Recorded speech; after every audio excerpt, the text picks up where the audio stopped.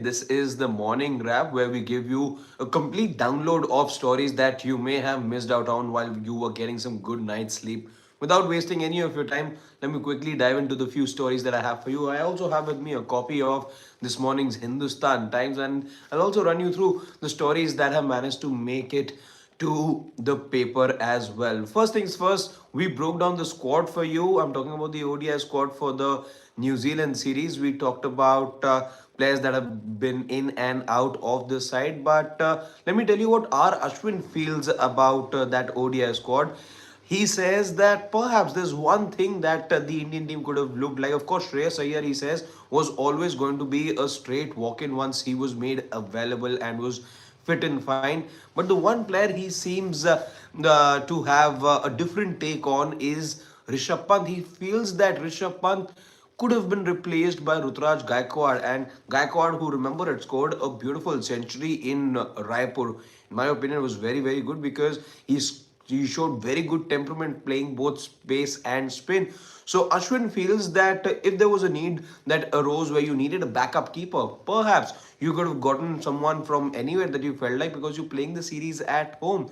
As far as Gaikwad is concerned, maybe you could have had him in the squad also because Rishabh Pant, you will perhaps be having him bat somewhere in the middle order, and he feels Ashwin that Pant would have been better batting up top. And when you're looking at batters who can play up top, and because Gaikwad had showed ability that he can play at number 4 as well, Gaikwad felt like a better fit for him. The other story, of course, there was lots of centuries that were being scored in the Vijay Hazare Trophy. It's really turning out to be quite a run fest in this season. There were Indian internationals who scored centuries yesterday. In fact, there was Akshar Patel who scored a very good century. There was Hardik Pandya. We've already done that story for you. He scored 5 sixes in an over when he got to, in fact, 34 runs he managed in that particular over as he got to 133. There was Sanju Samson as well, who scored a century. Also, don't forget there is Devdutt Padikkal who's showing very good form and he was amongst the runs once again. Another big story that you must know about is there is pressure now being put on the Bangladesh Cricket Board.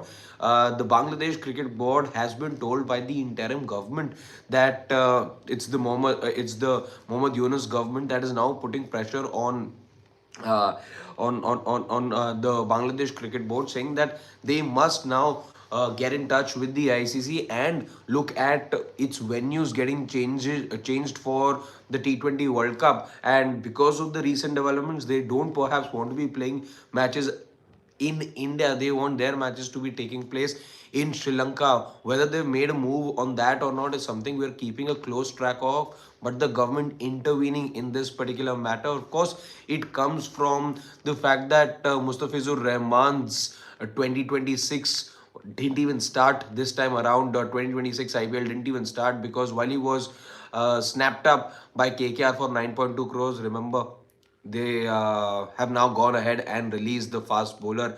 He comes in with experience. He's played for a few franchises, including the franchise that I support, which is the Delhi Capitals. And as a retaliatory move, now the BCB being told by its interim government that it must look at taking matters up with the ICC and moving its matches for the World Cup out of India. Very interesting whether ICC goes ahead and takes that suggestion as well. But let me get to the paper now, tell you what exactly I see over here.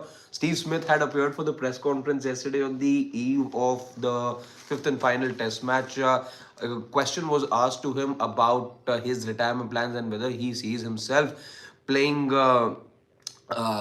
playing another Ashes, and he says that he doesn't have a timeline really in mind, and he's open to the idea of seeing how things go. He's enjoying his cricket right now, and he doesn't have any of those thoughts right now. I was speaking of Vijay Hazare Trophy scorers. Rishabh Pant also, by the way, it slipped my mind. He scored a 50 yesterday. Otherwise, again, these are some of the stories that I see here. Gill food poisoning and a couple of others. We've already done those stories for you. Yesterday there was some confusion, I remember, about whether he missed out on his flight and or not, or was this a case of food poisoning. And I remember saying to some of our viewers that it had nothing to do with the flight, it was food poisoning indeed. The Hindustan Times also, if you can see that, also reporting just as we had yesterday. A quick word on Neeraj Chopra. Neeraj Chopra, the Athletics Federation of India, has said that he continues to be rehabilitating and is battling injuries.